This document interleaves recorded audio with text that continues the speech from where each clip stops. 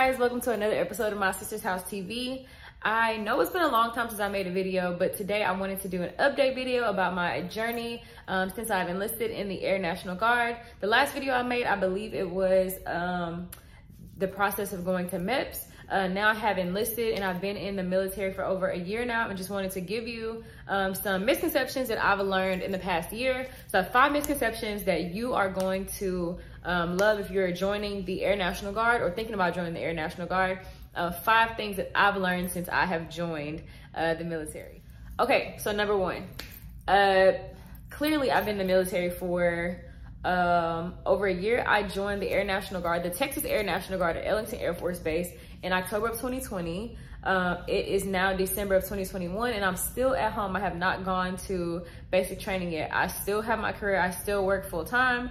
But I have not gone to basic training yet or tech school. So I'm basically just sitting here waiting in limbo as I do my job and wait for me to get a ship date to go out. So my first misconception is going to be that you are just going to sign your enlistment and then the next day you are going to basic training. In the Air National Guard, it just doesn't happen like that. As a reserve component, it just does not get that kind of priority. If you were to go full time, it's possible that you'll go in like the first couple of months, 1 to 3 months. But if you are in the Air National Guard, unfortunately in Texas, you are gonna wait probably like 6 months to go to basic training or to tech school, mainly because they wait until they get your tech school date because it's harder to get, and then they'll fill in your basic training date. If you're not in the military, that's kind of hard to explain, but I can do that later at another date. But in this video, I just want you to know that you are probably not gonna go straight to basic training as soon as you sign that enlistment. So just go ahead and live your life, and then you'll get your date whenever you get your date. They're probably not gonna have an answer for you.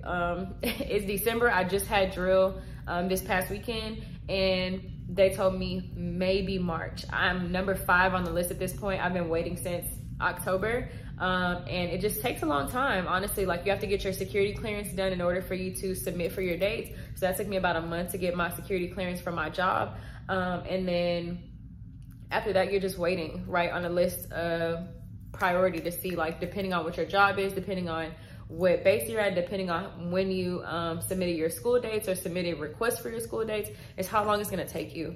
So for me, everybody in my unit pretty much waited a year and a half. So I'm kind of right on brand right now, thinking that I'm gonna go in March of 2022 when I enlisted in October of 2019. Oh, sorry, 2020.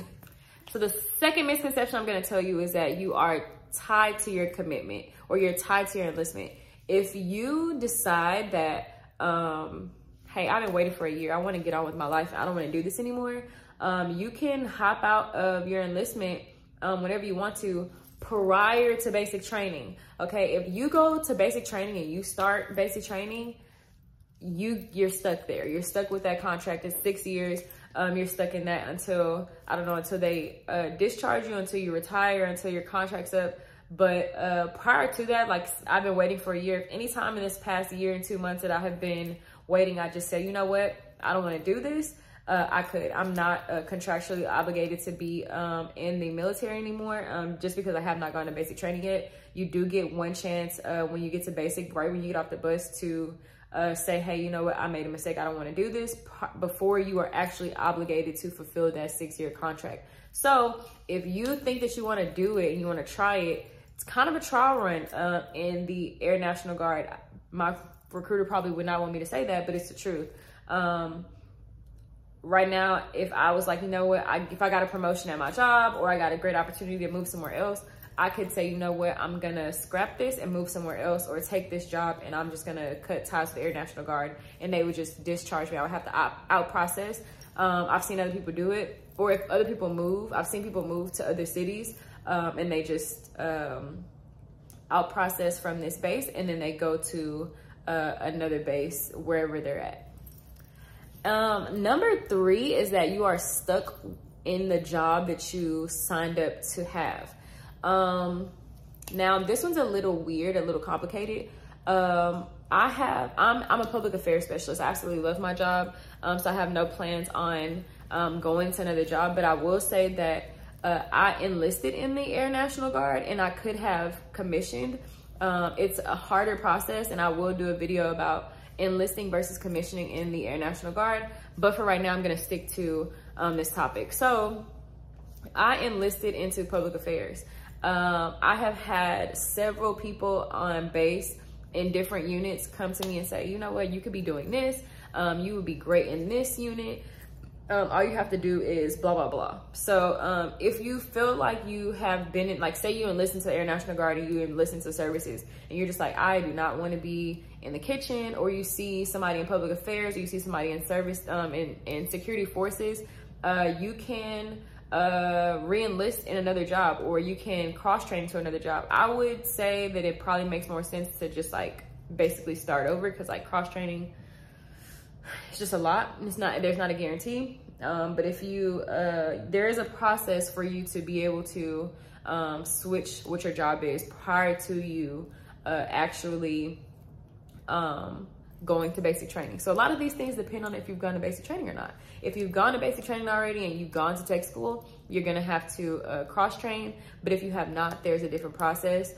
So I would give my recruiter about that, or ask somebody who is at your base what jobs are available, because I'm not gonna lie to you, there seems to always be jobs available within the Air National Guard. So you just have to figure out what they are.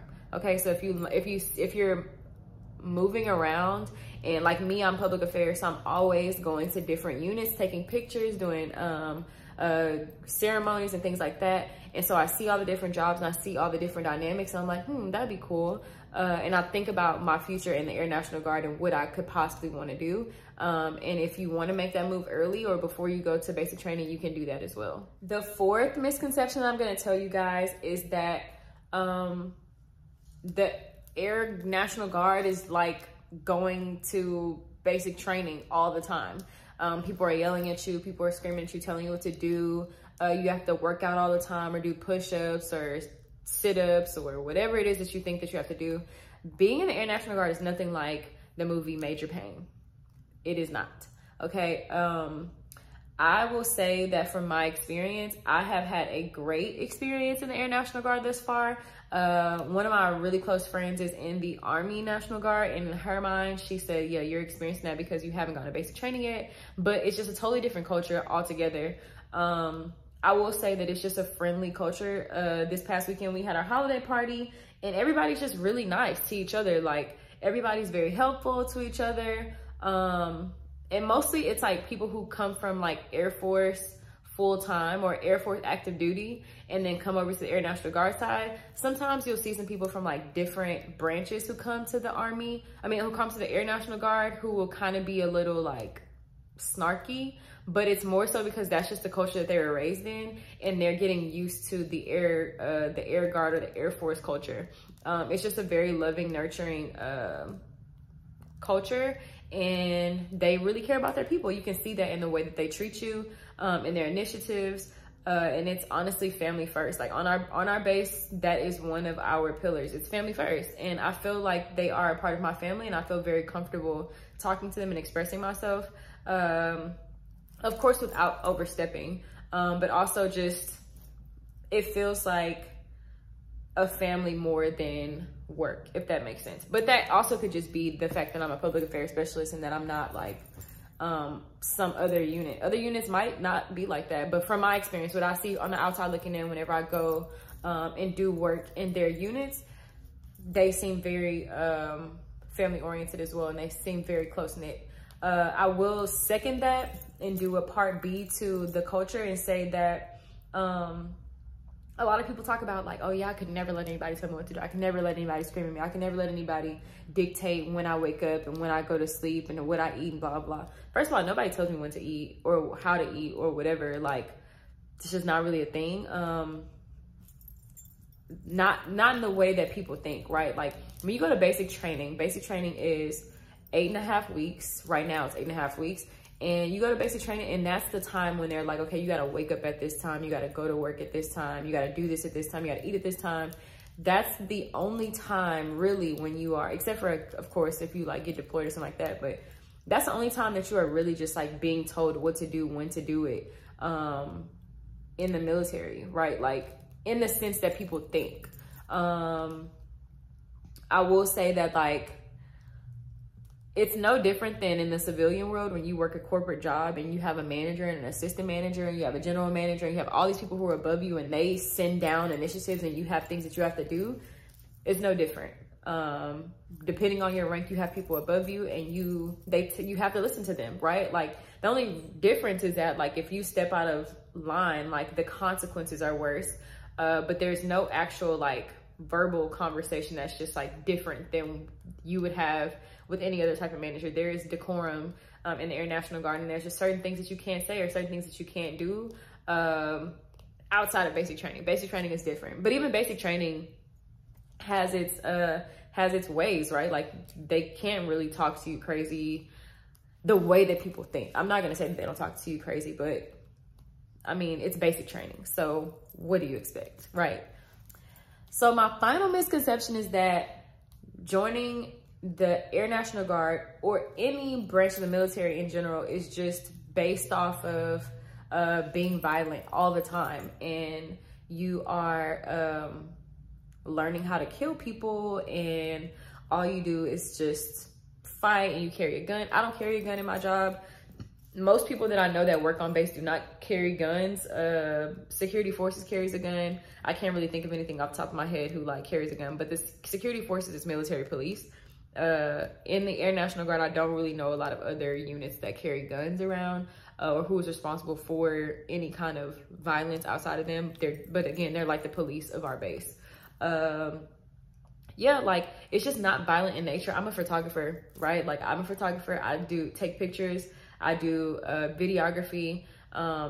At some point, there will be social media involved. Other people in my unit write stories up, and we do interviews and things like that on base. If a president comes, we capture that. We're responsible for telling the Air Force story. So when it comes to like you thinking that all everybody does in the military is kill people, that's a huge misconception because we have doctors, lawyers, engineers. We have all kind of things, people who do services. So cooks, people who are like janitorial, things of that nature. Like everything that you see in the civilian world, any kind of job you see in that situation or that line of experience, you're gonna see it cross over to the military. And the Air National Guard specifically, we are a reserved component of the Air Force.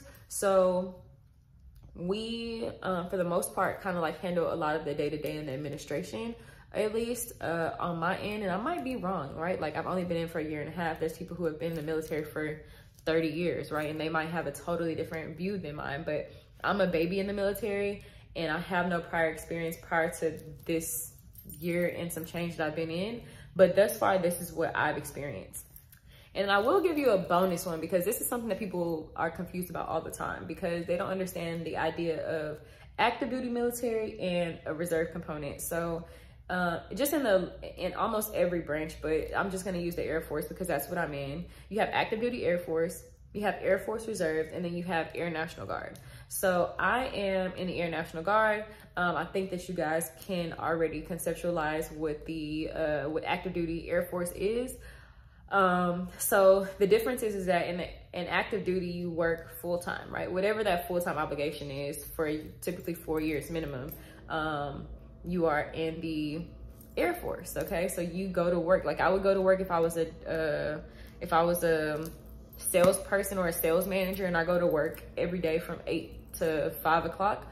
If I was if I was an active duty Air Force person, I would go to base from 8 to 4 o'clock, just like a 9 to 5, right? I would go to lunch at 12 o'clock or 11 o'clock or whatever it is, and I would work and do my job and I would go home. The only difference is that I am obligated to protect the United States of America, and that is my overarching job, is to protect and serve the American people, right? And protect them with my life.